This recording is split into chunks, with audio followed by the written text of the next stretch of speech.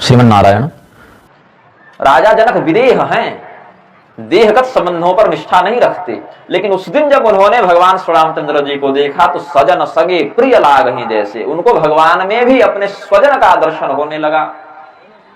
अब स्वजन कौन है? स्व कहते हैं अपना, जन कहते हैं व्यक्ति को। अपना व्यक्ति कौन है? द्वा सुपर्णा सयुजा सखाया समानं वृक्षं परिसस्वजाते तयोरन्यः पिप्पलं स्वाद्दत्ते नस्नन्यो अभिचाकशीति।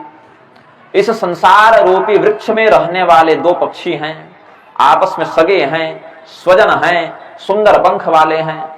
इस संसार रूपी वृक्ष में रहने वाले दो पक्षी हैं। वेदों ने कहा संसार रूपी वृक्ष भी बड़ा विचित्र है, जिसका आगे वर्णन करेंगे।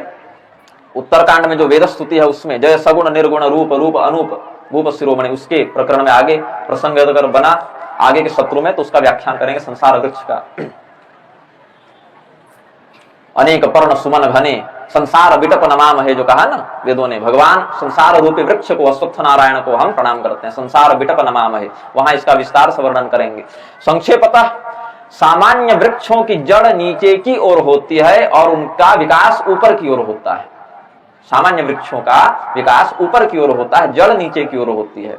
इस संसार रूपी वृक्ष की जड़ ऊपर है और इसका विकास ही नीचे की ओर होता है। परमात्मा से निश्रित होकर यह संसार ऊपर से निश्रित होकर आगे विकास को प्राप्त करता है। तो इस संसार रूपी वृक्ष पर रहने वाले दो सुंदर पक्षी हैं, बड़े सुंदर पंख हैं उनके, बड़ा सुंदर स्वरूप है। आपस में उनमें बड़ी मित्रता है, साथ में रहते हैं, मित्र भाव से रहते हैं।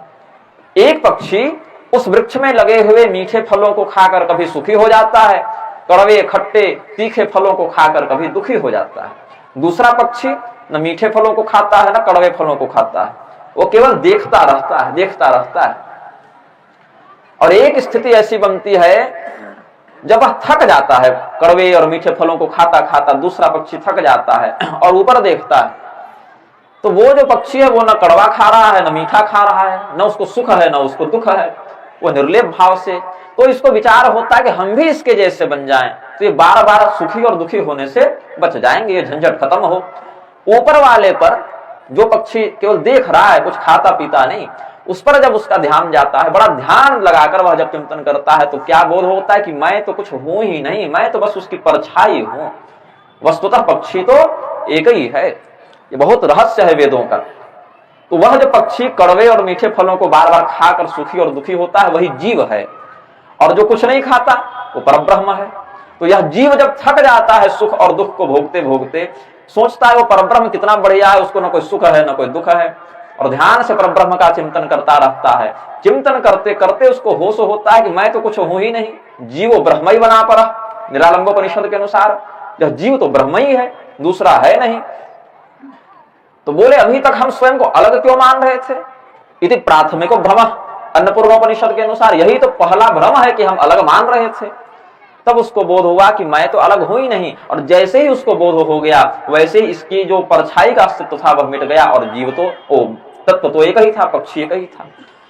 इस एक मंत्र पर हमारे दादा गुरुदेव ने श्रृंगेरी के शंकराचार्य जी से 1907 ईस्वी के आसपास बहुत दीर्घ चर्चा की थी दासुपर्णा श्रुति पर। तब उनको पूरी श्रृंगेरी के शंकराचार्य जी उस समय उन्होंने परमहंस की उपाधि प्रदान की थी इस वेद ज्ञान के रहस्य को बताने के कारण। तो द्वासुपर्णा श्रुति का ही यहां पर भाव ग्रहण करते हैं। राजा जनक को उस दिन जो विदेह शब्द की उपाधि उन्हें प्राप्त थी वह भी विस्मृत हो गई। भगवान अपने बड़े स्वजन लगे उनको, उन्होंने स्वयं को जीव के रूप में और भगवान को सीधे नारायण के रूप में देखा। जो दो पक्षियों की बात हमने की वो एक जीव और एक ब्रह्म। इसी को श्रीमद् भागवत में पुरंजन और अभिज्ञात के प्रकरण में बताया गया है। श्रीमन नारायण। हर हर महादेव। नमः चंडिकाय।